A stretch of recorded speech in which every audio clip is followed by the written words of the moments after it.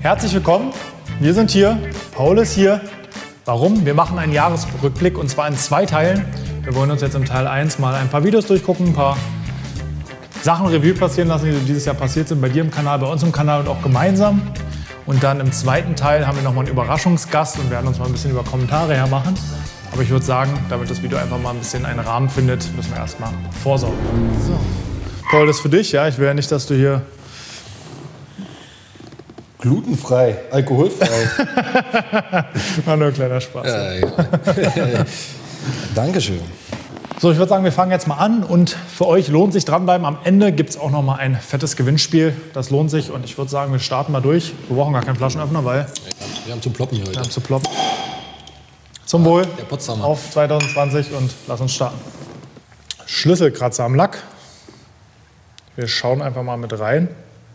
Und zwar retuschieren, ohne zu lackieren. Du kannst ja mal kurz ein bisschen erzählen, was war so dein Hintergedanke dabei? Ja, Schlüsselkratzer. Jeder Kunde fragt halt, oder jeder Privatanwender fragt halt immer, wie kriegt man Schlüsselkratzer raus. Vorab muss man einfach ganz klar sagen, dass es nicht funktioniert, ohne zu lackieren, wenn sie einfach zu tief sind. Ne? Es gibt aber Methoden und es gibt Methoden, die sind einfach rabiat, wie man hier jetzt als erstes sieht. Ne? Ist einfach wirklich schleifen, polieren, durchpolieren. Ja, wie sowas entsteht, seht ihr da auch in dem Video, warum sowas entstehen kann. Und ich sag mal, Thema Lackschichtdicken, Video gibt es auch noch. Aber hier sieht man es halt mal schön, dass die Lackschichtdicke eigentlich in einem Toleranzbereich ist, sage ich mal 140 μ. Was würdest du dazu sagen? Vollgas, können wir alles machen. Können wir machen, ja. Wo ist das Problem? 140 μ, Tür ist aber nachlackiert. Wenn man das optisch einfach nicht sieht, dann bringt dir diese 140 μ Messeinheit 0. Ne? Da sieht man einfach gar nichts. Deswegen in dem Video mal dargestellt. Und was war Sinn und Zweck dieses Videos? Es gibt einen Weg und den habe ich mir jetzt selber ein bisschen angeeignet. Da haben wir eine Motorhaube dann zu stehen. Machen ein paar Schlüsselkratzer rein, verschiedene Schlüsselkratzer auch. Und Werbung ist immer wichtig für YouTube. Lass durchlaufen. Genau, machen mal Schlüsselkratzer rein. Oder hier sieht man jetzt mal schön, wenn es eingeblendet ist, wie erkennt man denn einen Schlüsselkratzer vorab, ob er noch zu retten ist oder nicht? Ne? Oder einen Kratzer allgemein. Macht den einfach mal nass. Und so, nass ist ja quasi euer Klarlack, der drüber ist. Wenn er verschwindet, ist er weg. Wenn er nicht verschwindet, gleich Finger von lassen. Dann tupfen. Bringt halt nichts. Ne? Wenn er aber verschwindet, sind Sachen, man kann direkt messen, schleifen. Kann total schief gehen. Oder es gibt halt eine Option, die habe ich mir selber jetzt angeeignet. Schichtdicke aufbauen und die wieder runterschleifen. Und das könnt ihr mit Spotblender machen.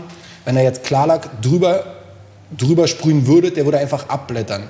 Spotblender ist, ja, wie gesagt, eigentlich für Teillackierungsbereiche, die nachgelegt werden und löst den alten Lack an und verbindet den mit dem neuen, macht einen extrem dünnen, eigentlich ist es hochverdünnter Klarlack und sorgt eigentlich für den Übergang. Man kann es aber auch nutzen, man poliert vor, hat dadurch eine leichte Anschliff auf den Lack, ne, durchs Polierkorn und kann dann einfach den Spotblender übertragen, ohne dass der abblättert. Was machen wir dann? Wir bauen eine Schichtdicke auf, ne? Und sind irgendwann, der Kratzer wird nicht verschwinden, auch weil wir links und rechts auch aufbauen, aber wir haben einfach Potenzial, um runterzuschleifen. Und dann kann man einfach mit einem Trockenschliff das runternehmen, Trockenschliff, man sieht, was man macht. Und selbst wenn wir diesen Spotblender komplett wegschleifen, haben wir noch nicht mal unsere eigentliche Lackschicht angegriffen. Ne? Bei helleren Lacken, Champagnerfarbe, Silber oder sonstiges, reicht es manchmal auch, wenn man den Spotblender rüberlegt, weil man sieht im Licht einfach nicht den gebrochenen, die Klarlackschicht. Ne? Also da stört es nicht, wenn ein bisschen Orangenhaut drauf ist. Viele sagen halt auch, der sprüht da mit einer Spraydose rum und sagt, hat er nicht alle Latten am Zaun. Aber letztendlich vielen Kunden, die wollen trotzdem nachher, ich sag mal, wenn dein Auto mit einem Schlüsselkratzer zerkratzt ist, ne, dann kannst du in eine Lackiererei fahren und sagen, okay, ey, ich möchte 2.000, 3.000 ausgeben. Oder die sind so oberflächlich, dass man sagt, okay, ich retuschiere den, ist mein Daily, mein Alltagsfahrzeug und ich möchte es einfach fahren, aber ich möchte nicht, dass da Hashtag ich bin der geilste Typ draufsteht oder so. Da soll einfach gar nichts draufstehen, normaler Lack und dann reicht es den Leuten. Das ist eine Methode, ist keine Perfektion. Ja. Genau, aber es ist eine Methode, die man einfach anwenden kann. Ich fand es halt spannend, weil das ist halt was, wo bei uns die Grenze ist. Ne? Das sind Kratzer, ich gesagt, polieren wir einmal rüber, brechen die Kanten, Feierabend. Würdest du sagen, das kann man einfach so machen oder sollte man da schon ein bisschen Händchen für Lack haben oder ist das eigentlich ungefährlich? Klar, wenn man Erfahrung mit hat, kann es jeder machen, ohne Frage. Man kann auch zum Beispiel Spotblender auftragen und nur polieren, ne? Um das ein bisschen zu...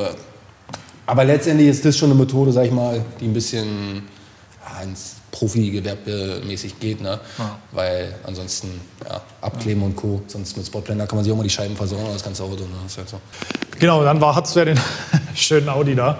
Ja gut, Katastrophen kennt jeder, glaube ich, Fahrzeuge, die vom Aufbereiter kamen. Der da viel versaut hat. Hat er auch schon was kaputt gemacht oder war noch alles gut zu retten?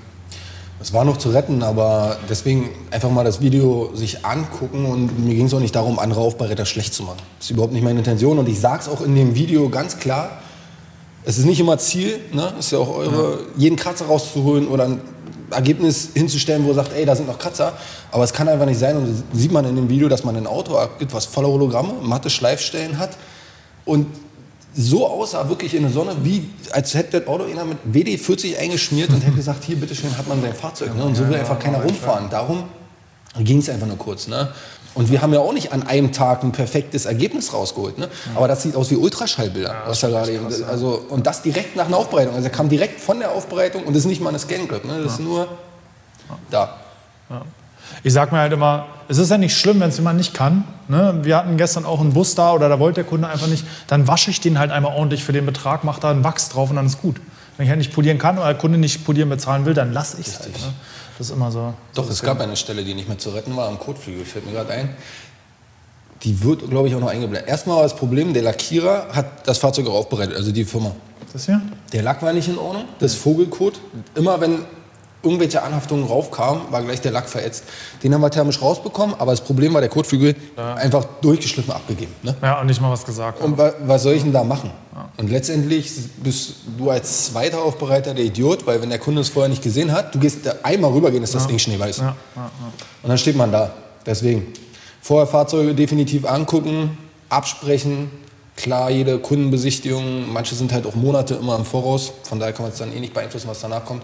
Aber das sind alles so Stellen, da kann man sich selber mal später richtig schön das Bein stellen. Ne? Wenn der Kunde dann kommt, da reicht wirklich eine Hochglanzpaste rübergehen, da ist die Farbe komplett weg. Also wird es immer größer. Kommen wir ja später noch zu, ne? Bei unserem Video. Da ist uns tatsächlich das ja mal zum Verhängnis geworden. Wir machen mal weiter bei dir und zwar interessantes Thema. Da hatten wir auch zu der Zeit, ja wunderschön, hallo. Da hatten wir auch zu der Zeit viel Kontakt, als du dir deinen Waschplatz eingerichtet hast. Du kannst ja einfach mal jetzt erzählen, wie es aktuell ist. Du hast jetzt ein bisschen den benutzt. Immer noch so zufrieden mit dem Setup? Teils. Ne? Also jetzt momentan nutze ich es einfach nicht, temperaturtechnisch. Ne? Man muss sich einfach vorstellen, Hauptproblem sind Temperaturen. Jetzt habe ich noch eine neue Lösung. Habe ich noch mal überlegt, ob ich ein Video zu mache, aber ich kann es ja mal vorab sagen. Wenn man sich einfach diese Flachwasserpumpe, die eigentlich zum Mattenabsaugen da ist, ne, sich ein Warmwasserfass in die Halle stellt und dadurch mit einer Warmwasserversorgung hat und das darüber versorgt. Ganz großes Hauptproblem ist, und ja gut, da habe ich vielleicht auch selber dran schuld, was mich extrem gestört hat, war erstmal der Schattenplatz, wo es nochmal ein Video zu gab. Man braucht einen Schattenplatz, ansonsten funktioniert es gar nicht. Ne? Nicht nur das enthärtete Wasser, die Reiniger, ein Riesenproblem, kann man nicht einwirken lassen. Und was auch eine Menge Arbeit ist, was man nicht unterschätzen sollte. Entweder man sagt, okay, wir machen den osteuropäischen Style und schmeißen uns die Matte in die Ecke und lassen es aussehen wie die Penner. Oder man macht sie so wie ich jedes Mal sauber, faltet die zusammen, packt sie in eine Gartenbox, ist man eine halbe Stunde mit beschäftigt. Und das ist echt so ein Punkt, wo ich mir denke, Deswegen, wenn man in der Halle das benutzt, ein Hammer. Wenn man einen separaten Carportplatz hat, das nutzt und sich alles fest installiert, so klar. Gummistiefel anziehen, auch klar. Aber ansonsten, es ist, denke ich mal, die beste Lösung, wenn man nicht waschen darf. Aber es ist keine 100%ige. Ja, einen Wasserfilter würdest du noch mal kaufen? Wasser, ja. Weil die Empfehlung war ja von euch. Genau. Da muss man einfach nur vorab sagen, wenn man dauerhaft den Wasserfilter benutzt, dann lässt sehr schnell sehr nach, kostenspielig. Ja. Wenn man es aber so macht, dass man vorwäscht und den zum Nachspülen nutzt, megamäßig. Gibt nichts Besseres. Also spart so viel Zeit, da kann man das Auto wirklich schon auf der Matte trocknen lassen. Halt, ne? Ja. Ist dann wirklich top. Was ich jetzt immer noch gemacht habe, Wasserfass. Ein riesen, wenn es regnet natürlich, ne? Und das Regenwasser auffangen, mit Gießkanne jeden Waschgang nachspülen. Auch megamäßig, ne? Cool. Ich muss ja sagen, gesagt, als ich das Video gesehen habe, ne? war ich überrascht, dass der Hochdruckreiniger das hier überlebt hat. Dein Blick. Achtung. Moment, kommt gleich. Der Kopfstoß. Ja. Ich dachte, den kriegst du da jetzt gleich runter von der Bühne. Hochdruckreiniger muss man auch mal anmerken. Jeder, der sich den kaufen will, bin ich jetzt auch mit denen im Gespräch, hammermäßiger Hochdruckreiniger, aber hat ein ganz starkes Defizit. Und das ist, ihr braucht eine Stromleitung, die abnormal ist. Ja. Echt, ja? Also ich habe 2 5er Kabel und eine 16 Ampere Sicherung drin und nutze die einzeln und jedes Mal fliegt die Sicherung raus. Und jeder, der den halt nutzt, dadurch, dass der Anlaufstrom halt so hoch ist, musste sich eine stärkere Sicherung reinbauen. Dann kein Problem. Dann sage ich auch wirklich, der Hochdruckreiniger an sich, Druck ist der Wahnsinn. Die Verstellbarkeit, dieses universelle und die, ich sag mal, kein Schlauch an der Wand. megamäßig. Aber wie gesagt, das mit dem Strom ist ein Riesenproblem, weil gerade wenn man waschen will und wie oft macht man Kercher an und aus und dann fliegt 30 Mal die Sicherung und dann geht man mit nassen Händen an seinen Sicherungskasten, halt nicht so. Also das ist echt eine Sache, die ist nicht so cool und da habe ich schon von mehreren gehört, die den halt auch haben, wo das Problem halt ist. Ne? Ja, auch ein spannendes Video, ne, den Input habe ich ja auch von dir. Und zwar das Thema eingebrannte Flecken, entfernt, vor allen Dingen thermisch. Ne, das ist wirklich eine Sache, funktioniert ganz oft super. Da habe ich aber jetzt mal eine Frage an dich. Und zwar, du hast ja auf dem Dach die Flecken, sieht man auch später im Verlauf, erst mit der Exzenter versucht zu cutten, dann nochmal geföhnt, dann kamen sie wieder. Hast du einen Unterschied festgestellt, ob man mit der Rotor cuttet oder mit der Exzenter? Definitiv. Warum? Das ist die Temperatur. Roter Fell hat auch nichts gebracht. Roter Fließpad, ganz normales Schaumstoffpad. Und dann hat es funktioniert. Ich denke mal, es liegt einfach an die Hitze am Polieren. Ne? Dass man dabei gleichzeitig Hitze reinbringt. Video hat mir bis heute eigentlich nichts gebracht, außer Negatives, weil seitdem kommen wirklich nur noch Fälle, immer dieselben Fahrzeuge mit eingebrannten Flecken. Und ich habe wirklich Fahrzeuge gesehen, die waren auch bei anderen Aufbereitern. Und also war jetzt vor kurzem da gewesen, auch so ein Golf, aber flächendeckend voll, ne, mit diesen Lindenblütenflecken. Und man sieht es ja vorher nicht bei der Besichtigung. Du wäschst ein Fahrzeug und denkst, ach, was war für ein Reiniger jetzt drauf, was hier passiert, ne? Wenn man es dann nicht weiß. Und wie gesagt, fataler Fehler, wenn es komplett unbehandelt ist, Föhn reicht, sind die Dinger weg. Hat einer schon mal vorpoliert, geht's nicht mehr, es funktioniert nicht mehr. Ne? Und dann steht man da. Und wie gesagt, irgendwann ist halt auch klar, polieren, tempern, aber irgendwann ist Schluss. Ne? Das ist dann immer polieren, tempern, messen, polieren, tempern, messen. So, ne? Dann hilft eigentlich auch ein lackschichtigen Gemessengerät. Ansonsten sehe ich das ja sowieso mit dem Messgerät alles ein bisschen kritisch. Ja. Bei dir geht es ja auch oft um Zeit, ne, bei deinen Basispaketen. Und jetzt hattest du halt den Fall, dass du keine Profi-Exzenter, wenn man so will, mehr hattest, sondern dir halt eine Mittelklasse-Exzenter, wie du sie nennst, geholt hast. Ja. Jetzt hast du wieder eine Profi-Exzenter. Vielleicht zieh mal noch mal ein Fazit zu dem Thema, weil die Frage kommt bei uns auch ganz oft, muss ich mir unbedingt eine Flex Rupes Co. kaufen? Oder tut es auch hier so eine 200-300 € Exzenter? Ja, kommt bei mir jetzt täglich seit diesem Video, aber man sieht es ja im Video. Ne? Man schafft damit ein tadelloses Ergebnis. Wenn man aber auf gewerblichen Weg unterwegs ist, sollte man vielleicht doch die teure Maschine nehmen, weil sie dann doch noch ein bisschen mehr Leistung hat, mehr Drehzahl. Aber die Maschine hat zum Beispiel einen riesengroßen Vorteil gegenüber der anderen. Erstmal hat die einen Auflagepunkt. Man sieht immer zur Kontrolle als sag ich mal, Hobbybetreibender, ob der Teller dreht oder nicht. Das fand ich echt krass. Schon mal ziemlich cool. Ja. Und die Leistung von der Maschine ist abnormal. Die ist abnormal und der Teller ist chronisch. Ne?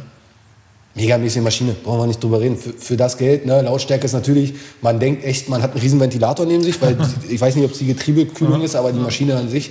Und das ist keine Werbung oder so, die habe ich mir von Marcel ausgeliehen, weil meine kaputt war. Hammermäßig. Ne? Braucht man keine Profi. Und was hat mein Lacker damals immer gesagt? Hauptsache dreht sich, ne? Bei Rotation völlig egal, Hauptsache dreht sich und bleibt nicht stehen. Wo ist denn die Anforderung bei so einer Maschine? Klar, bei einer Profimaschine ist es so, wenig Drehzahl, viel Drehmoment, so nach dem Motto, ne? Aber wenn man da jetzt nicht so wirklich Wert drauf legt und Stellen auspolieren will, da reichen selbst Baumaschinen aus dem Baumarkt, die Maschinen für 70, 80 € und du wirst trotzdem was poliert kriegen, ne? Ist halt immer, ich sag's ja, letztendlich, ich finde auch nicht, dass es so viel das Handling ist, ne? Finde ich auch nicht so. Ich finde eher, dass wirklich so Pet-Politur-Kombination, die holt alles raus. Ne? Da kannst du auch ein Dulli sein, du wirst irgendwie was, ne? mit dem vernünftigen Pet-Politur-Kombination wirst du was hinkriegen. Das ist einfach so. Ja. Bei den richtigen Lack, ne? Deswegen gibt es ja 1000 verschiedene. Ja, Paul, in welcher, oder wahrscheinlich die Top-Frage seit deinem Video Innenraumreinigung, in welcher Verdünnung verwendest du den Frosch-Essigreiniger? Ja, bereust du das Video ein bisschen? Ja, es kommt wirklich jetzt noch. Ne? Und gestern in der Story zum Beispiel wieder so, nutzt du den Frosch gar nicht mehr, seitdem ich Dampfgerät ein bisschen, nutzt du den Frosch gar nicht mehr? Ja, denkt man so, na klar nutzen wir den noch. Ne?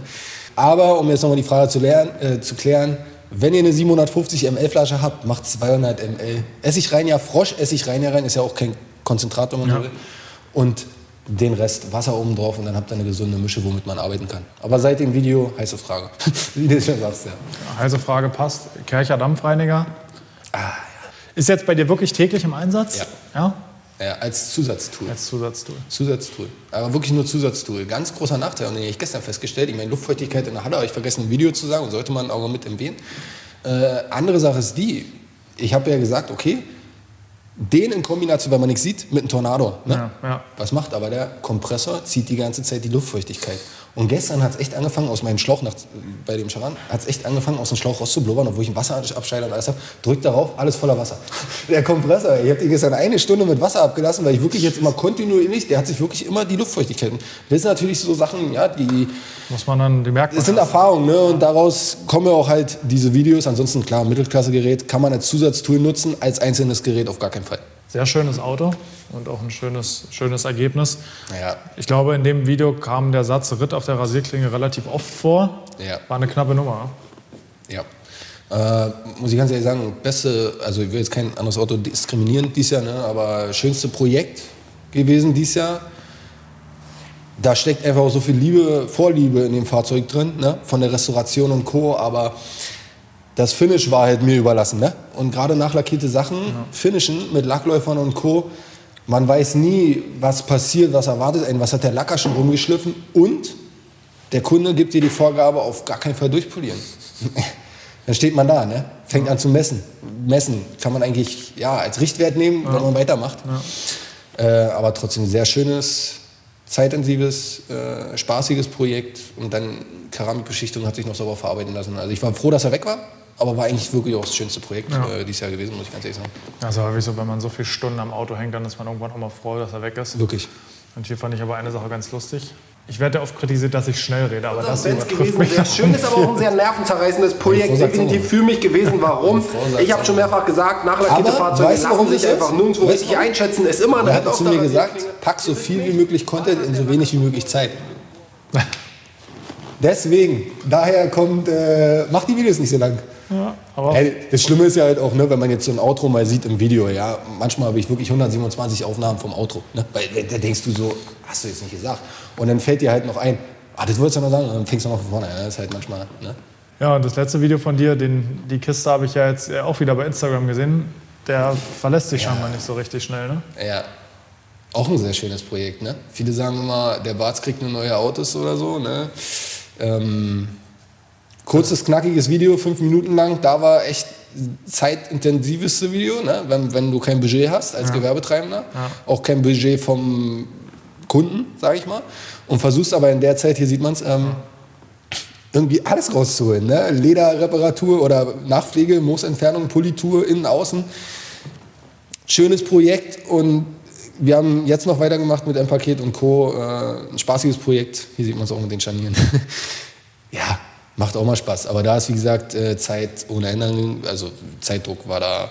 Und wir haben selbst danach noch an der Kiste weitergemacht, also noch Räder und Co. und gestern noch lackiert. Ja. Aber ist auch mal ganz witzig, wenn man dafür Zeit hat, deswegen vielleicht 2021, vielleicht wird es da mal ein Projekt geben, wo die Community mal selber entscheiden kann.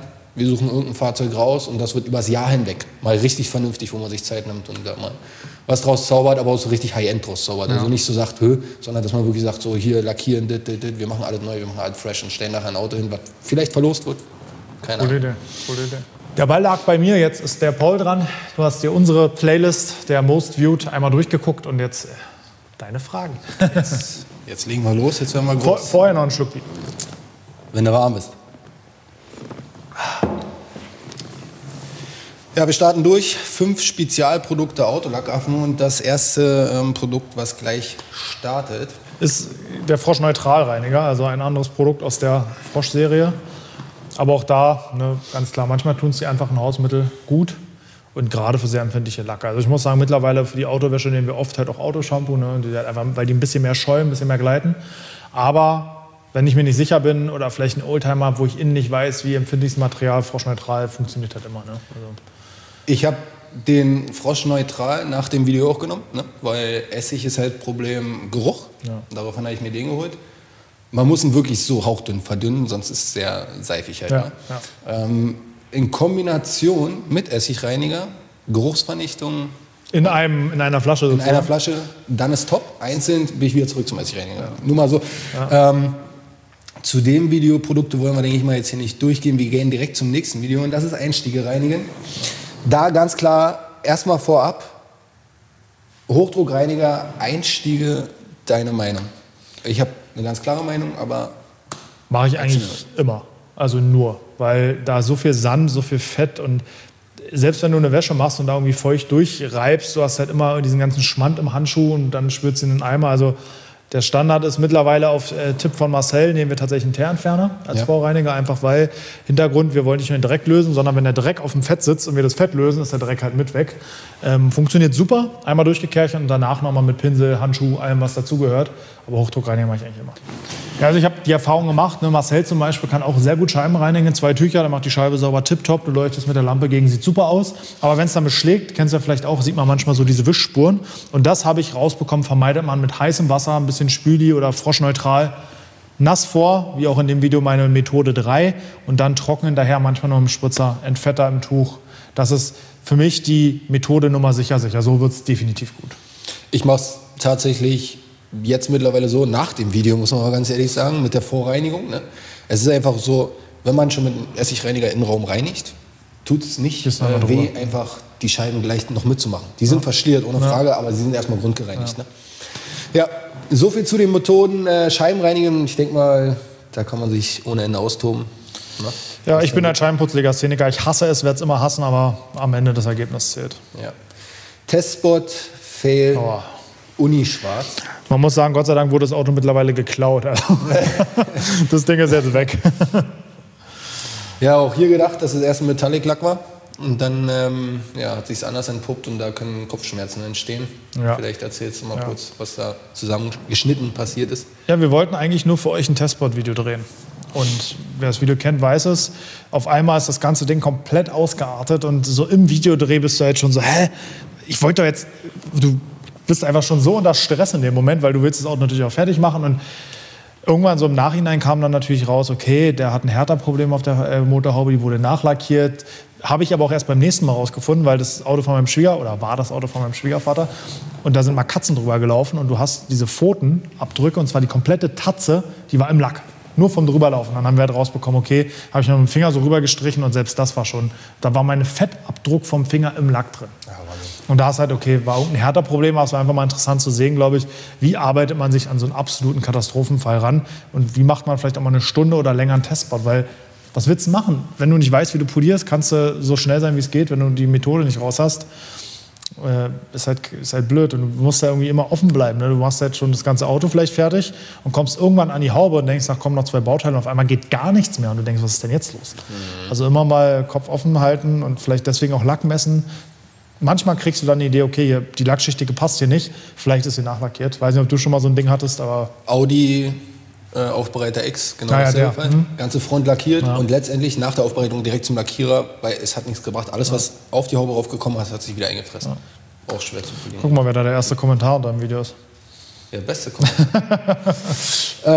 Auto waschen wie ein Profi. Nächste Video. Wie oft habt ihr in 4, 5 Jahren YouTube eure Waschmethoden verfeinert, ausgebaut, geändert? Weil viele halt auch immer sagen, ne? Früher hat das so gemacht, jetzt macht das wieder so. Warum? Gutes Thema, das du ansprichst. Also ich kann gar nicht sagen, wie oft. Ich würde jetzt so gefühlt sagen, also so die wirkliche Nasswäsche vielleicht 2, 3 Mal. Aber es ist auch so, sage ich auch mal wieder auf Instagram, es ist bei mir jeden Tag ein Prozess. Also ich gehe immer an jede Aufgabe ran und überlege, kann ich irgendwas besser machen.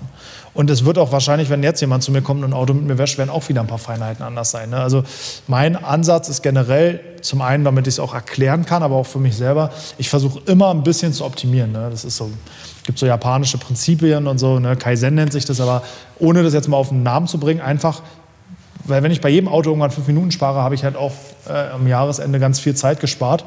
Und deswegen kam halt irgendwann mal diese Methode, die gibt es ja mittlerweile auch von vielen anderen, aber wir haben halt irgendwann mal gesagt, wir kombinieren halt ganz viele Sachen, die gut funktionieren miteinander. Und dann haben wir so das Optimum mal schon da rein. Ja, man muss natürlich auch so sagen, wir waschen nicht jedes Auto so. Wenn hier ein Mistbock kommt, der 3-stufig poliert wird oder 2-stufig plus geschliffen, dann nehme ich mir einen Eimer, wasche das Auto über und knete das und dann wird es poliert. Das muss man nicht übertreiben. Aber es geht halt darum, wenn es nötig ist, hier ein Tip-Top-Auto-Zustand, da gibt es Neuwagen, alles super, Unischwarz am Ende noch. Was kann ich optimalerweise machen? So sehe ich das vielleicht. Unischwarzes Video habt ihr auch gemacht, ist jetzt hier nicht bei uns in der Liste drin. Thema Abziehlippe. Das können wir bitte noch mal beide kurz analysieren. Ja, gerne. Lass uns das doch mal aufnehmen. Ja. Vorab meine Meinung? Ja. Abziehlippen, wie du schon sagst, bei Fahrzeugen, und da kann wirklich jeder vorbeikommen, der möchte, außer es ist ein Lackproblem oder nicht jetzt am Fahrzeug, kann vorbeikommen, kann die Abziehlippe nutzen, die ich nutze, und soll mir zeigen, dass er einen einzigen Kratzer nach der Wäsche reingemacht hat. Und warum sage ich das? Viele sagen, wie kann man sowas machen? Klar, bei einem unischwarzen Fahrzeug und was aufbereitet ist, niemals will ich jetzt auch nicht eine Abziehlippe. Wenn aber nachher Wassermassen auf dem Fahrzeug drauf liegen und die sind nicht verdünnt, ne? also die sind nicht in Perlenform, weil eine Beschichtung drauf ist oder nicht, sowas mit einem Trockentuch trocken zu machen, ist der Wahnsinn. Da bräuchte ich 20 Trockentücher. Ja, und letztendlich muss man sich mal vorstellen, viele sagen, wie kannst du eine Abziehlippe vor der Aufbereitung benutzen? Aber du benutzt eine Waschknete oder einen Waschhandschuh. Was denn, wenn da ein Steinchen zwischen ist? Jeder kennt Knetspuren. Was denn jetzt wilder, ob ich jetzt mit einer Abziehlippe rüberziehe? Ist ja keine Tankstellenabziehlippe, wo vorher Scheiben mitgemacht wurden. Oder so. Sag mal dein Statement dazu, ist mal so aufgegriffen. Ja, sehe ich genauso. Also wenn ein Auto poliert wird, wird es poliert. Ne? Und wenn ich da mir Sorgen mache, dass ich da ein Steinchen rüberziehe, habe ich ein Problem mit meiner Waschmethode. Weil die sollten wechseln. Deswegen, also ich bin da komplett bei dir. Man muss auch ab und zu mal nachdenken. Und also eine Abziehlippe hat ihre Funktion in bestimmten Fällen. Wie gesagt, bei einer reinen Wäsche würde ich es nicht benutzen, aber wenn ich da noch aufbereite, klar. Und wenn man es halt nicht anwenden will und trotzdem ein Trockenhandtuch, was gibt es für eine Option? Ganz klar, nochmal im Nachhinein, um für Perlen auf dem Lack zu sorgen. Na, wenn er nicht poliert wird, wäre immer eine Option, eine Waschversiegelung, Sprühversiegelung, irgendwie sowas. Ne? Dann erzeuge ich Perlen, kann sie trocken pusten oder mit dem Tuch, genau. Aber wie gesagt, wenn poliert wird, fällt es halt für mich raus, weil dann habe ich halt wieder irgendeine Beschichtung auf dem Auto, eine Versiegelung, die mich wieder stört. Aber klar, bei einer Reinwäsche gibt es das immer als Option. Ja. Haben wir das Thema Abziehlippe auch mal durch. War echt viel Wert drauf gelegt. So, waschen diese aggressiver Felgen rein. Ja, und hier starten wir zu einem Event. Hier ist ein kurzer Ausschnitt, den ihr dieses Jahr trotz Corona verwirklicht habt, hingestellt habt. Riesenleistung, gerade die Leute, die halt wissen, was dahinter gesteckt hat. Aufwandstechnisch, filmtechnisch und. Absoluter Wahnsinn. Wie habt ihr gesehen, Dicon dieses Jahr? Meiner Seite aus, ich fand es sogar fast krasser als das Jahr davor. Ne? Weil es einfach so, nicht familiär, aber kleiner. Man hat sich so auf den Contest konzentriert und die Zuschauer konnten einfach das komplett nachverfolgen. Ne? Wenn immer Leute mit im Raum sind, alles so laut ist wie auf dem Bahnhof. Ne? Ist jetzt natürlich cool, wenn man so ein Event hat, wo tausende Leute sind. Aber ich fand es dieses Jahr irgendwie so ein bisschen ruhiger und ja, sag was, wie ihr die Variante dieses Jahr oder wie du diese Variante dieses Jahr fandest. Ja, also habe ich auch am Ende von der Dicon schon gesagt, gibt es ja auch noch den Livestream. Ich stand zwischendurch da und musste mich selber kneifen, was hier gerade steht. Ne? Es war am Ende ein kleines TV-Set, was da aufgebaut wurde und ich konnte mir vorher gar nicht vorstellen, was da passiert. Und es war halt einfach, es hat absolut Spaß gemacht, weil jede Seite professionell war. Ne? Mit euch hat es einfach gut funktioniert. Die Produktion war super, Mo hat das alles koordiniert, als würde er den ganzen Tag nichts anderes machen. Die hier jetzt auch gerade die Leute, die den Vortrag gehalten haben, waren auf den Punkt gebracht. Ne? Also es war für mich...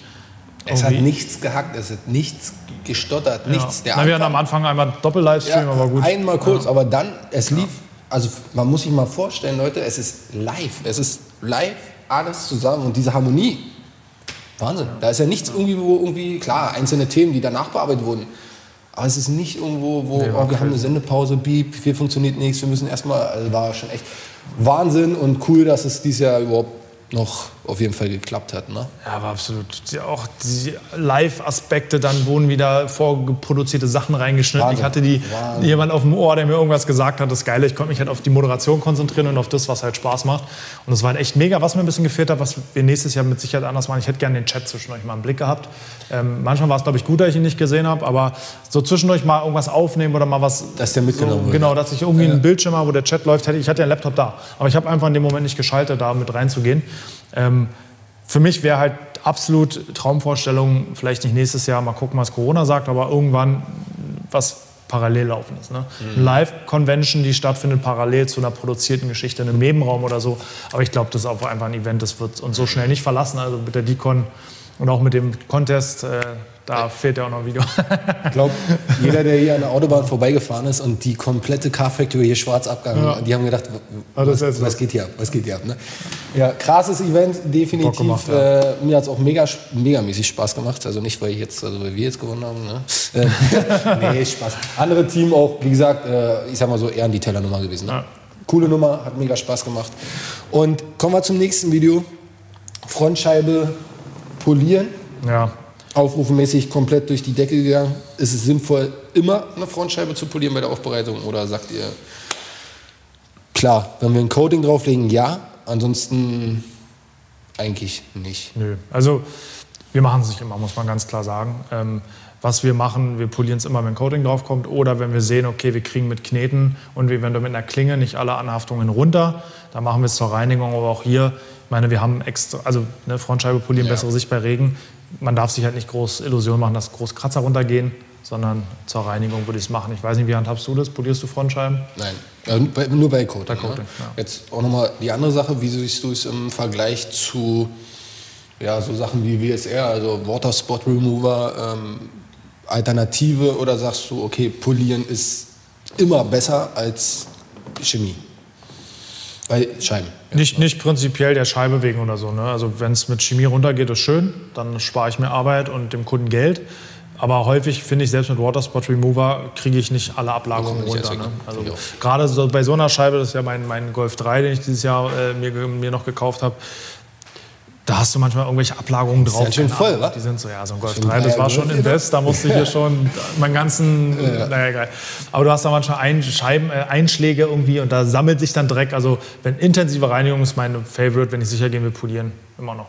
Nächstes Video, da gehen auf jeden Fall auch Grüße an den Lars raus, was die da auf die Beine gestellt haben, oder? War eine coole Nummer. Also generell geiles Auto und der Tag hat so Bock gemacht. Das hat richtig Bock. Das könnte man echt öfter machen. Mega Bock gemacht, ne? Mit so vielen Leuten, die wirklich wissen, was zu tun, an einem Auto zu arbeiten, das hat richtig, richtig Spaß gemacht. Und was wir da keine Ahnung wie viel, vielleicht 6 Stunden am Stück, Wahnsinn. Also, ist auch krass, was der Lack hergegeben hat. Ne? Ja. Wo wir wahrscheinlich mal gesagt, komm, mach lieber kein Video, weil da kommt nichts Gutes bei raus. Letztendlich stand der megamäßig da. Aber unabhängig davon, ich glaube, das war vielleicht anders, öfter mal so ein Gemeinschaftsprojekt zu machen, weil das hat echt Bock gemacht. Fand ich auch. Ja. 3 Methoden, Lenkrad zu reinigen. Ich habe das Video gestandenermaßen nur zum Anfang geguckt, aus folgendem Grund. Als ich gesehen habe, wie du es abklebst, habe ich mir gedacht, komm, das gucken wir nicht weiter an. Klebst du wirklich bei jedem Fahrzeug die Hochglanzteile ab? Also, wenn da Hochglanzteile am Griff sind und ich mit der Bürste wirklich bis in die Kante gehe, dann mache ich es einfach, weil die Bürste mir das vielleicht zerkratzt. Aber man muss halt sagen, es gibt halt nicht jeder, der unsere Videos guckt, differenziert. Sondern der sieht dann halt, okay, ne, der nimmt sich dann vielleicht einen nagelneuen, was weiß ich, keine Ahnung, VW Touareg, kommt gerade aus dem Werk, ein Jahr gefahren, oder gerade aus dem Werk ist doof, Lenkradreinigung, aber ist ein Jahr gefahren und fängt dann an mit der Bürste rumzureiben und zerballert dem dann die kompletten Hochglanzleisten. Also gerade bei YouTube muss man manchmal zwar auf gesunden Menschenverstand bei den Leuten schon appellieren oder den voraussetzen, aber da gibt's, ich packe auch nicht jedes Mal Handtücher über die Armaturen. Ja, das muss man halt auch dazu sagen. Aber ich zeige halt bei YouTube wie bei der Wäsche immer das Optimum, ne? Immer so, wie es am besten Fall geht. Und deswegen hat auch 3 Methoden in der Aggressivität. Wenn ich jetzt mit einem Schwämmchen arbeite oder weiß, was ich tue, muss ich mit Sicherheit die Hochglanzleisten nicht abkleben. Das kann man klar sagen. Und eine Sache, die halt noch kommt, ne, wenn man das Lenkrad halt mal isoliert reinigt. Weil ein Kunde kommt, mach mal nur mein Lenkrad oder mein sein eigenes Auto macht, dann würde ich tatsächlich sagen, deckt den Innenraum ab, weil gerade mit der Bürste, das spritzt halt schon überall hin. Ne? Also schon ziemlich wild, aber ihr zeigt halt auch immer auf eurem Kanal, was ja auch viele Videos gibt, Level 1 bis Open End, ne? Und dann ist halt wirklich so, ich sag mal, wenn es jetzt nicht abwerten gegen Volkswagen, wenn es jetzt ein Maybach wäre oder so, wo man dann sagt, okay, die Hochglanzteile sind nie ein neues Fahrzeug, bevor ich da mit der Bürste rüber ratsche, klebe ich es dann doch lieber ab, ne? Letztendlich im Alltag denke ich auch nicht, dass ich und man muss halt bei uns auch einfach sagen, Leder ist bei uns immer ein Thema, da wird viel rumgeeiert, sage ich jetzt bewusst so. Ja. Und habe ich bei dem Video auch mit gerechnet, bin ich sehr überrascht, 500 Daumen hoch, 9 Daumen runter. Hätte ich mit mehr Anfeindungen gerechnet. Ich habe es nämlich auch gerade gesehen und jetzt sehe ich nämlich auch eine Sache, die sehr krass gehatet wird, der sogenannte Zauberschwamm. Ja. Da kommen wir nämlich jetzt hin. Ja, da muss ich natürlich dazu sagen, also das hören wir jetzt hier gerade nicht, aber ich habe es auch gesagt, das ist tatsächlich eine Methode, die wir nur bei einer Reparatur machen. Also mit dem Zauberschwamm auf Leder gehe ich nicht, wenn ich danach keine Lederreparatur mache. Aber dazu nochmal verabschieden, also im Innenraum nehme ich den Zauberschwamm schon öfter für harte Kunststoffoberflächen oder Einstiege, wenn da mal wirklich was ist. Das geht schon gut. Die Oberflächen sind ja auch, die werden einfach nicht abgeschliffen. Ne? Ja, genau, Lederschulung ist ja gleich das nächste Thema, da passt das dir auch alles ganz gut hin. Und du kannst ja vielleicht mal erzählen, das fand ich ja ganz lustig, fandst du ja ganz eindrucksvoll, so dieser Taper-Test, ne, der wurde uns ja auch gezeigt oben, was da Leder eigentlich aushalten muss. Ja. Lederschulung, erstmal so, die 2 Tage megamäßig interessant. Der erste Tag war halt so voll, ne, so Theorie, Leder und. Aber wir haben ja auch den Rundgang gemacht und da hat man halt mal wirklich gesehen, was Leder ab kann, muss und was nicht. Und da waren ja mehrere Tests halt, ne? Halt auch diese Abriebstests und da wird ja teilweise halt auch mit Schleifpapier oder schleifartiger Körnung draufgegangen und dann stellt man sich schon die Frage, was manche, und da muss ich dann wirklich sagen, Unwissende erzählen, ne? Wenn man dann wirklich so sagt, hey, wir sitzen hier mit unserer Jeans drauf, aber ich darf nicht mit meinem Mikrofasertuch rüberwischen, dann denkt man schon so, ja, okay, ansonsten mit euch natürlich mega Spaß gemacht, 2 Tage Schulung, Input ohne Ende. Ich würde mich selbst nach den 2 Tagen jetzt noch nicht mal so weit aus dem Fenster lehnen, dass ich sagen kann, hey, hier, jetzt kommt vorbei, ich bin der Lederking.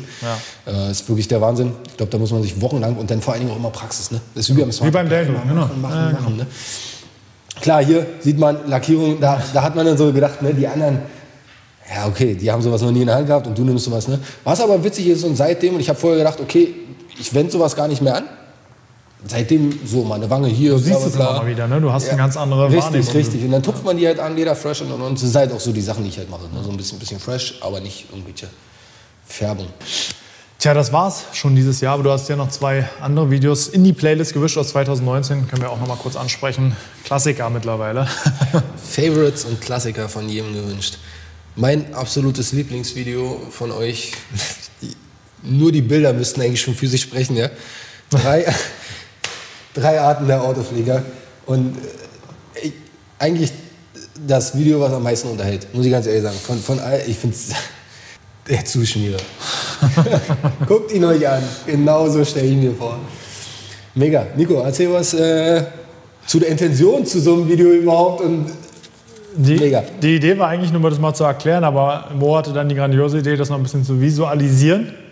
Und das Maschinenführung 1+. 1++. Mega Video. Ja, das Auto tat mir auch ein bisschen leid, aber es wurde danach nochmal richtig aufbereitet. Erste Frage, die ich mich gestellt habe, was sagt die Kundin oder der Kunde dazu, wenn man erstmal... Von den guck mal ja hier, da ist allen der Atem stehen geblieben, weil sie dachten natürlich, aber da haben wir alle in die Trickkiste Hollywoods gegriffen, in diesen Effekt, das runterfallende Tuch, nochmal am Lack zu verwenden. War natürlich nicht dieses Tuch, aber ja, genau, dann ein bisschen zuschmieren. Mir tat es jetzt auch um die Produkte leid, die wir da verwendet haben, aber irgendwas mussten wir nehmen, was wir da haben. Ja, ich glaube, kennt jeder typische Audi, den du da hattest. Also geht halt schnell und einfach und sieht wunderschön aus. Und mega mäßig Video. Jeder fragt mich immer, warum bist du so schnell beim Polieren? Das ist so. Scheiße, ne? Hier, nächstes, wir müssen nochmal zurück. Inszeniert oder war schon da? Weiß ich nicht mehr. Ich habe nur gedacht, wenn sie es jetzt inszeniert haben, dann sind es die krassesten Typen. Nee, ich glaube nicht. Also mit Polito über Kunststoff zu ballern. Ich glaube nicht. Nee. Man sieht es ja auch auf den anderen Bauteilen, dass da ja, ihr werdet ja nicht das ganze Auto abgezogen haben, da waren ja schon auf den ganzen anderen Teilen. War nur die eine Tür fürs Bild. Die Mühe haben wir uns nicht gemacht, da alles drauf zu bauen.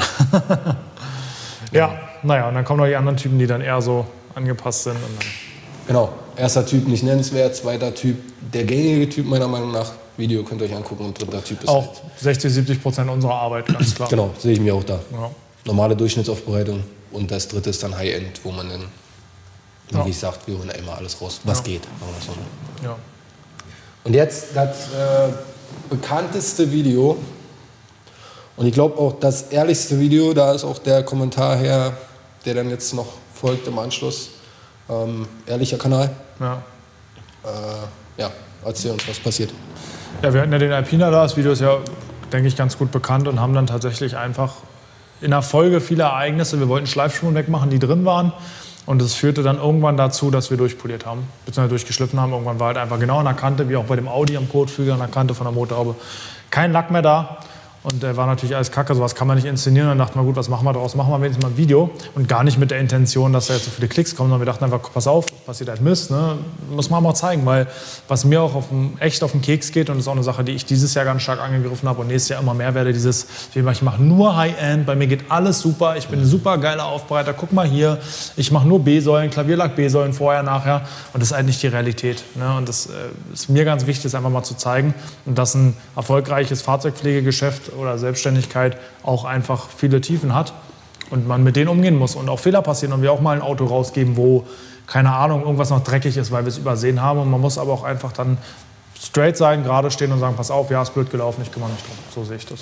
Extrem ehrliches Video, ich denke mal, es wird genauso auch gefeiert, man sieht es an den Reaktionen in den Kommentaren, aber die eine Frage, die sich, glaube ich, jeder stellt, die ich mir auch stelle, was hat der Kunde gesagt? Der war nicht begeistert, war jetzt relativ neutral. Ihm ging es hauptsächlich darum, dass es wieder gut aussieht. Ne? Und ich, ganz ehrlich, der hätte es nicht gesehen. Ich hätte ihm das Auto abgeben können und hätte gesagt, bitteschön, fahr weg. Der hätte es nicht gesehen, dass da was durchgeschliffen ist. Aber man schwitzt.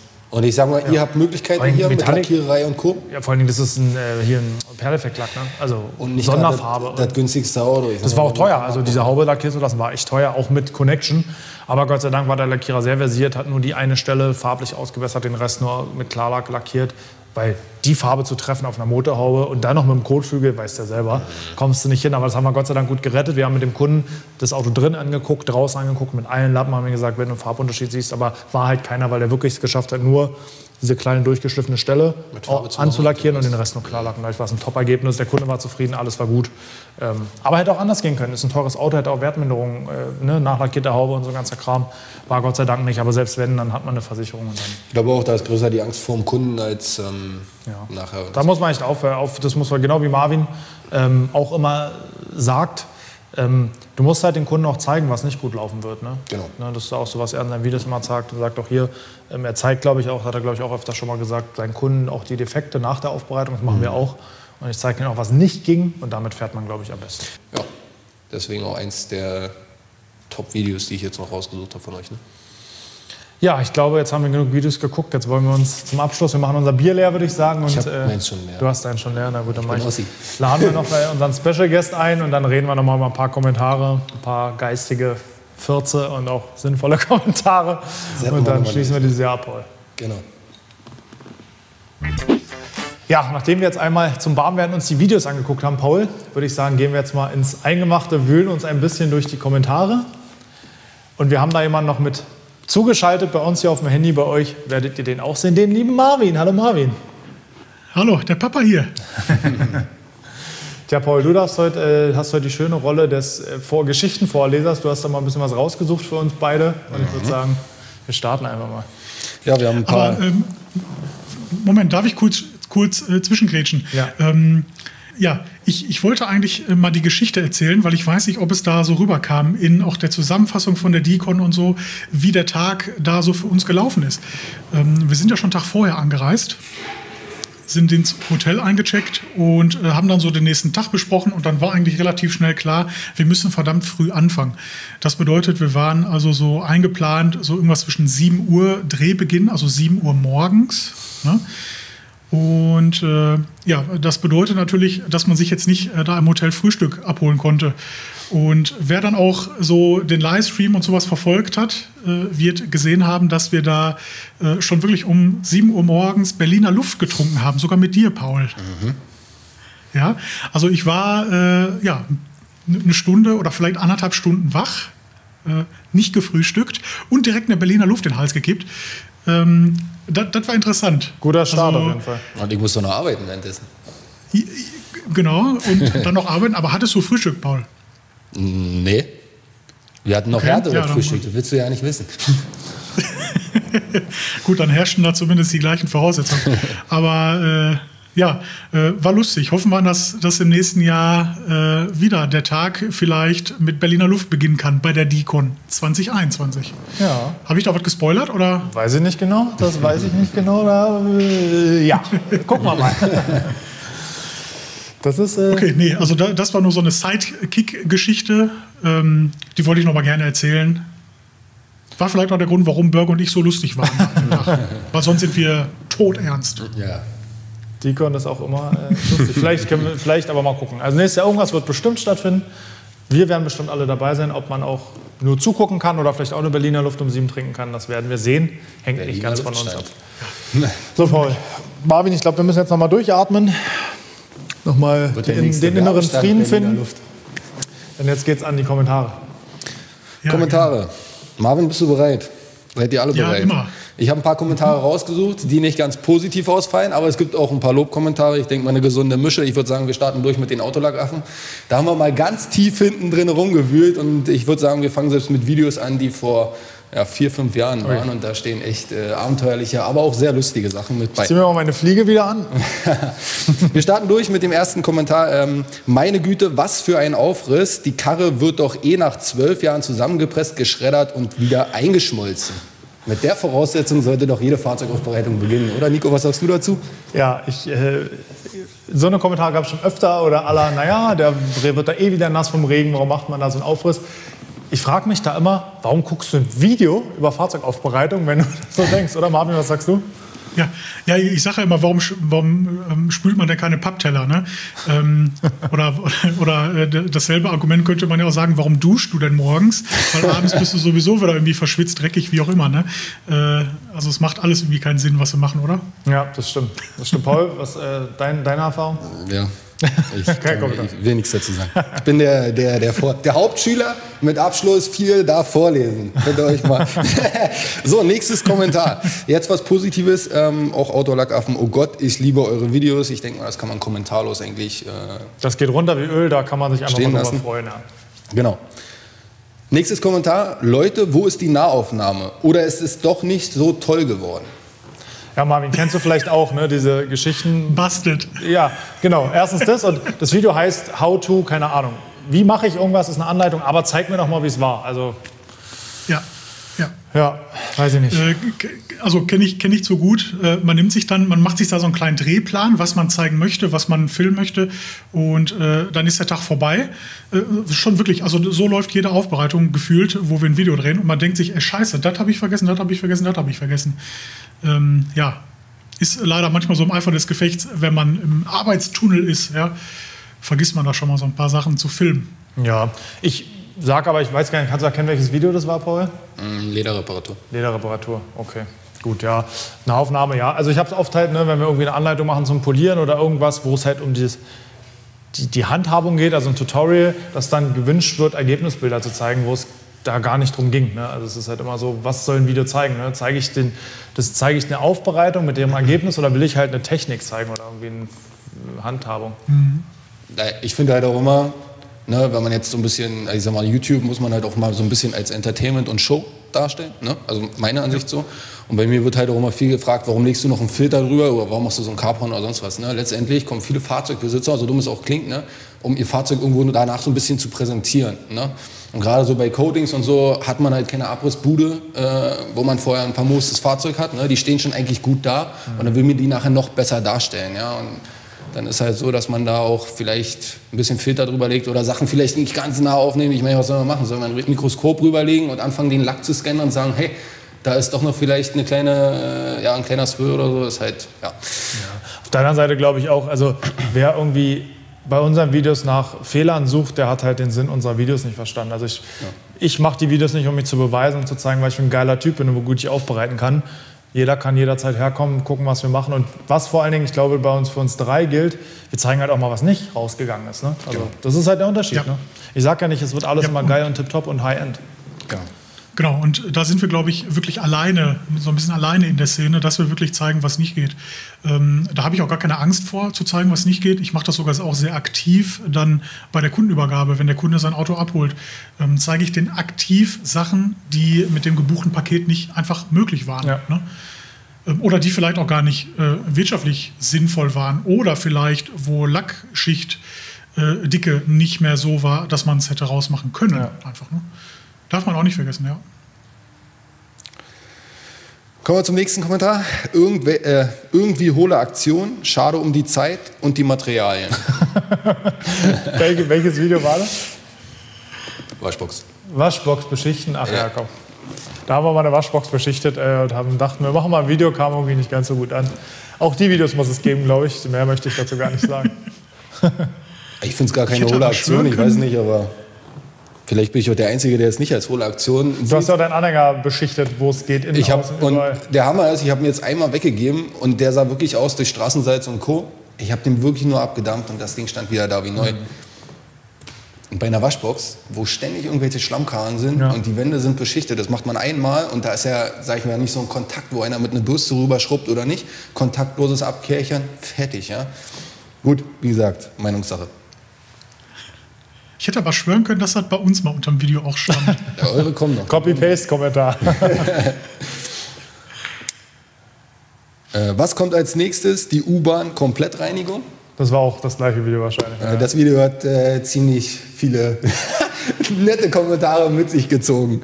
Ja, genauso wie heute ist doch gar nicht der 1. April. Ja?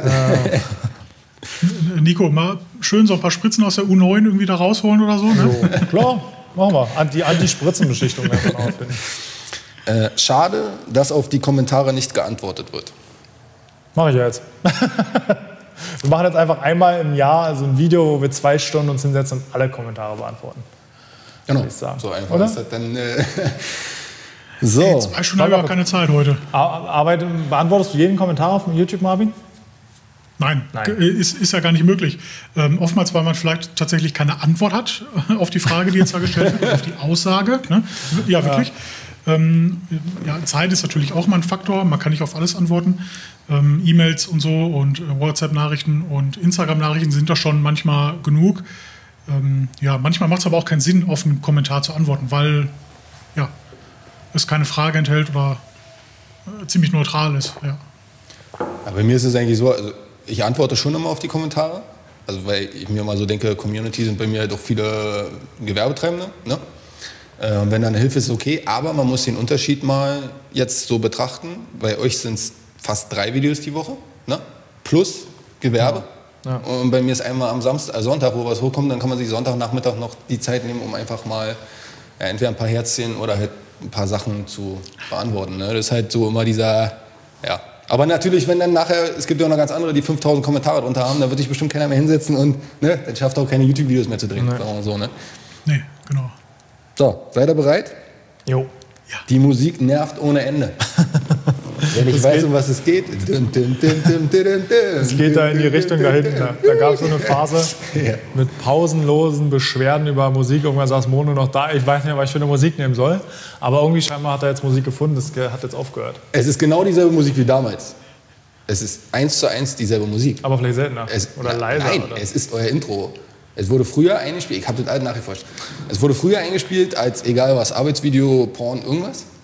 Aber immer so durchlaufend. Und jetzt ist nur dieses und das ist so kult. Eigentlich ist völlig egal, ob es ein Pupsen wäre als Intro. Ne? Und jeder würde anfangen und sagen, ey, so, das furzt. Ne? Das ist genauso wie die Klamotten so. Das ist einfach so, da muss ich ehrlich sagen, das fehlt halt auch. Ne? Waren wir bei den Kommentar schon? Nee, da waren wir noch nicht. Der kommt danach. Aber den kannst du ja gleich mal mit vorlesen. Ich finde aber... oder warte? Doch, der war schon. Ich finde die Intro-Musik von Autolackaffen, die finde ich einfach so wirklich, wie Paul schon sagte, Kult, Oldschool, ist so, passt schon fast gar nicht mehr in die Zeit rein heute. Ne? Also geil. Ich fühle mich da einfach so ein bisschen wieder zurückversetzt, wenn ich so, ich weiß nicht, irgendwie so aus den 90ern eine Doku gucke oder irgendwie sowas. Nicht böse gemeint, ne? Aber ist gut. Ist bei euch genau dasselbe. Als ich Videos durchgeguckt habe, Intro von dir und Novotny, Alter, da denkst du echt, Manta ist ein Scheißdreck dagegen. Also das müsste eigentlich immer noch durchlaufen. Das ist wirklich, ist leider auch nicht mehr. So. Nee, das haben wir rausgenommen. Ja. Dann haben wir das überlesen und dann kommen wir nämlich zum nächsten Thema und da muss ich ehrlich sagen, das fehlt mir jetzt auch wirklich, die Fliege. Ne? Und hier steht, sorry, aber die Klamotten sind echt albern, was soll denn diese Fliege? Und heutzutage fehlt sie einfach. Warum?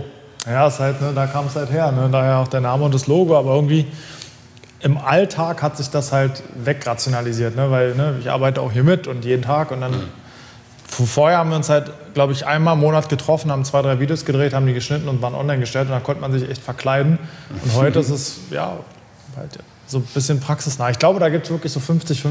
Die Leute, die sagen, boah, die Fliege war cool und die hätte ich gern wieder. Und dann die Leute, die sagen, Gott sei Dank, hast du dich jetzt mal... Schreibt direkt in die Kommentare rein, Fliege bei mir definitiv ja. Gleich Abstimmung unten reinfahren. Marvin hat ja sein Hemd immer noch wie man sich über sowas Gedanken machen kann, ja, das freue ich mich auch, ja. Aber gut, bei dir, du hast ja auch... Wenn du in Latzhose rumrennen würdest, würde auch keiner mehr Glossboss gucken. Naja, das stimmt. Die Karohemden sind cool, wobei heute trage ich so leicht gepunktet. Ja. Hätte ich jetzt auch gesagt, weil man es nicht sieht. Warte. Jetzt kommt ein ziemlich cooles Kommentar. Habe ich mir gerade wirklich ein halbstündiges Video über Autowäsche angeschaut, obwohl ich nicht mal ein Auto besitze? Kann man kommentarlos stehen lassen, oder? Ja, es gibt einfach so Sachen... Also auch Top-Kommentar, glaube ich. Ja, das ist wirklich so gut. Manchmal fragt man sich dann auch. Aber gut, wenn unsere Videos so gut sind, dass selbst Leute, die keine Autos haben, sich die angucken, super. Hier ist nochmal Musik nervt total. Wir haben ehrlich und authentisch, danke und Respekt. Gut, kann man so stehen lassen. Den nehme ich. Den behalten wir. Ihr seid einfach mit Abstand die allerbesten. Punkt aus Ende. So. 1980, im Jahr 2020 werden wir bestimmt fliegende Autos haben. Kommentar. 2020, Leute müssen sich ein Video anschauen, wie man in ein Auto einsteigt. Ey, das wäre aber gewesen. Ja, wie steigt man in ein Fahrzeug ein? Video, oder? Ja, wir haben gesagt, wie Sitzwagen kaputt gehen. Ne? Wie steigt man ein und Sitzwagen? Aber das ist relevant. Die Sitzwagen gehen ja am Anfang kaputt, oder? Aber das Video... ja. Okay, zieht's euch rein, damit um was es geht. So. Ich hielt bisher immer sehr viel von euch. Oh, das fängt schon gut an. Das hier ist echt der Wahnsinn. Sorry, nicht böse gemeint, aber das erinnert mich an den anderen YouTuber mit der Kupferbürste bei Alcantara. Punkt. Den Rest will ich eigentlich nicht vorlesen, weil es dann irgendwann... Es geht mal wieder um Leder. Darf ich raten, welches Video das war? Ja, rate. Das war das mit der Lederbürste. Nee. Nee. Das war das Leder mit der Poliermaschine reinigen. Ja. Okay. Was war ein sehr interessantes Video. Da habe ich auch privat Nachrichten bekommen, wo ich mir dachte, ja, gut. Ja. Ja. Nächstes Kommentar. Seid ihr bereit? Und jetzt kommt der Kommentar der Kommentare. Ja? Mach mal einen Rasierguide, dein Schnurrbart ballert, Digga. Kommt man auf so einen Kommentar, Alter. Das ist so richtig so, keine Ahnung, ich hab's durchgelesen und so, okay, Top 10, Alter. Das war gut. Das war echt gut. So. Bei wem war das? Autolackaffen? Ja, bei mir, ja. Habe ich selber, den Kommentar kannte ich nicht, das war mir neu. Abschlusskommentar von den Autolackaffen, die besten Videos in der Autopflegeszene. Und jetzt gehen wir direkt rüber zu Glossboss. Zu den zweitbesten Videos, nein, Spaß. So, Glossboss, jetzt müssen wir gucken, wo wir von hinten... Ne, wir fangen hier andersrum an. Da sind es nicht ganz so viele. Mal zurück. Da sind es nicht ganz so viele, aber es sind trotzdem 10 oder 11 Kommentare gefunden. Genialer Kanal, definitiv mehr Abonnementen und Zuschauer verdient. Ja, wir fangen schön an und also wir fangen schwach an und lassen stark nach, Marvin. Pass auf, jetzt kommt's nämlich. Okay. Dieser künstliche Humor ist ja nicht zum Aushalten. Früher habt ihr das nicht so oft gemacht und damit seriöser gewirkt. Ich kenne euch eigentlich nur so. Okay, ich wollte gerade sagen, also wer mich jetzt auch privat kennt, weiß, der Humor ist tatsächlich 100% genauso identisch offline wie online. Also da gibt es keine Unterschiede. Sogar ich muss mich online so ein bisschen noch zurückhalten, tatsächlich. Ja. Nächstes Kommentar, kurz und knackig, #Vogel. Das war, glaube ich, mal eine Situation in einem Video, wo der Börge irgendeine komische Aussage da irgendwie getätigt hat. Weiß ich jetzt aber nicht mehr ganz genau. Ich weiß jetzt auch nicht ganz genau. Ich glaube, das war irgendwas mit Hallenbeleuchtung, weil es steht jetzt hier auch nicht mehr, aber auf jeden Fall hat jeder Hashtag, also ich kann auch nicht so böse gemeint sein, weil viele haben #Vogel reingeschrieben. Ja. Ich habe wahrscheinlich zu aufgerufen, ja. Jetzt kommt's und da stelle ich dir die Frage, wer ist damit gemeint? Der dicke blaue Schlumpf zerstört den Vlog.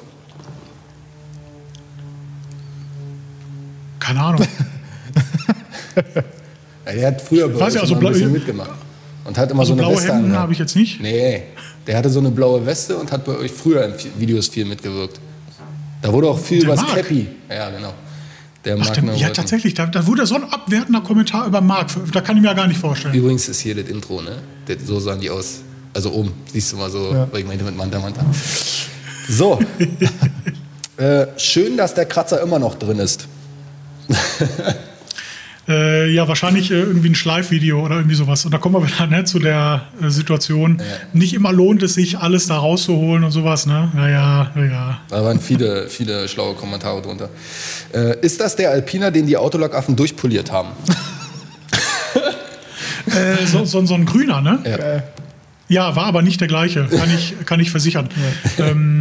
Das war so ein Einzelstück von also irgendeiner Messe, irgendwie eine Ausstellungsmesse, Einzelstück und ja, nee, kann ich versichern, das war nicht der gleiche. Haben wir Glück gehabt. Hier kommt auch noch mal so ein Kommentar, Kratzer entfernen ist was anderes. Ja, wie gesagt, da können wir uns ganz auf dem Kreis drehen. Die Argumentation kann ich dann nie nachvollziehen. Dass einer sagt, ach, es ist so einfach, Kratzer zu entfernen. Ja, es ist einfach, es ist aber nicht immer sinnvoll, bis zum Letzten da alles rauszuholen. Ja gut, wenn man sich das Video dazu anguckt, ist es ja auch kein normaler Kratzer.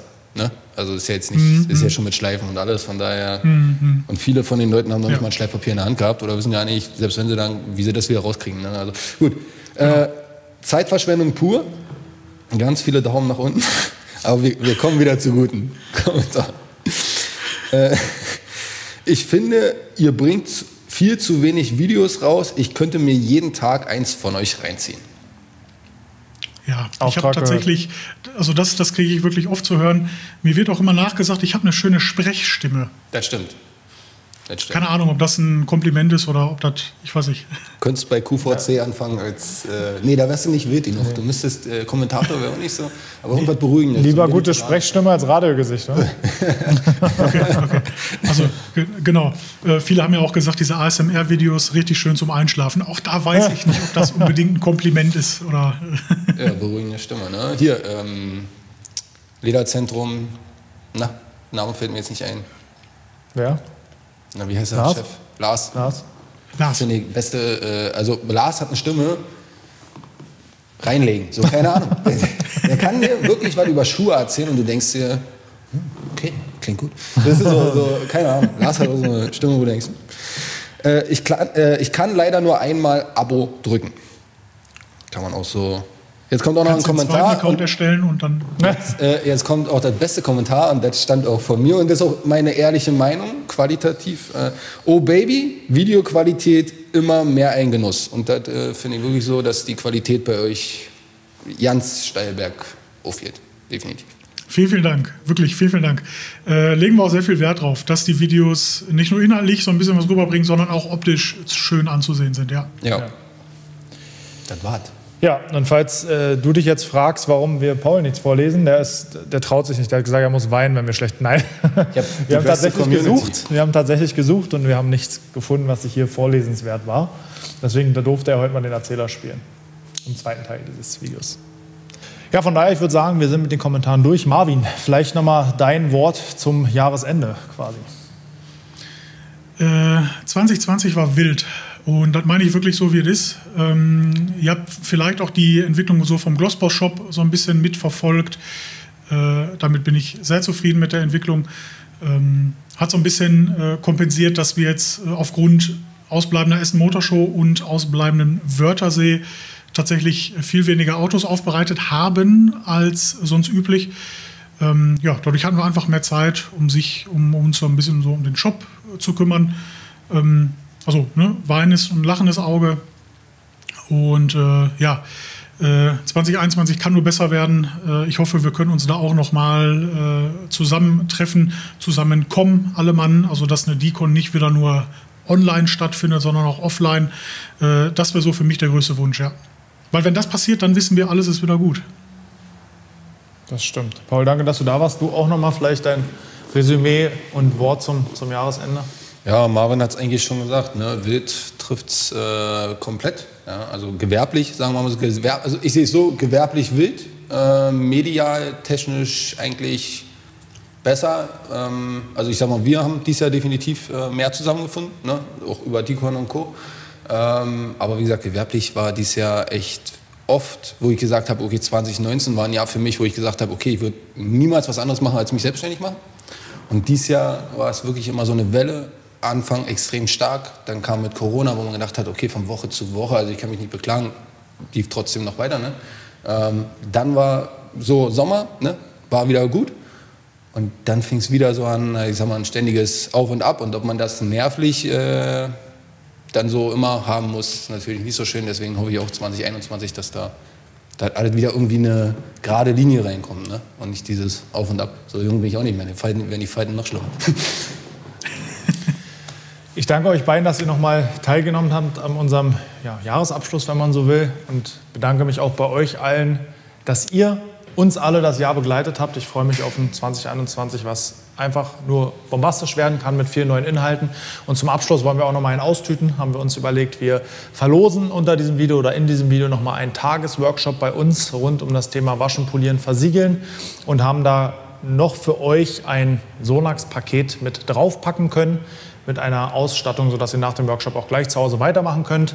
Alles Weitere schreiben wir dazu in der Videobeschreibung, auch die Teilnahmebedingungen und den genauen Inhalt des Paketes. Das heißt, unbedingt mal diesen Pfeil aufmachen und mal gucken, was da auch steht, denn da geht es dann weiter. Vielen Dank an alle für ein tolles 2020. Wir sehen uns Moment, Nico, warte. Ich habe doch auch noch ein Gewinnspiel hier für die Leute.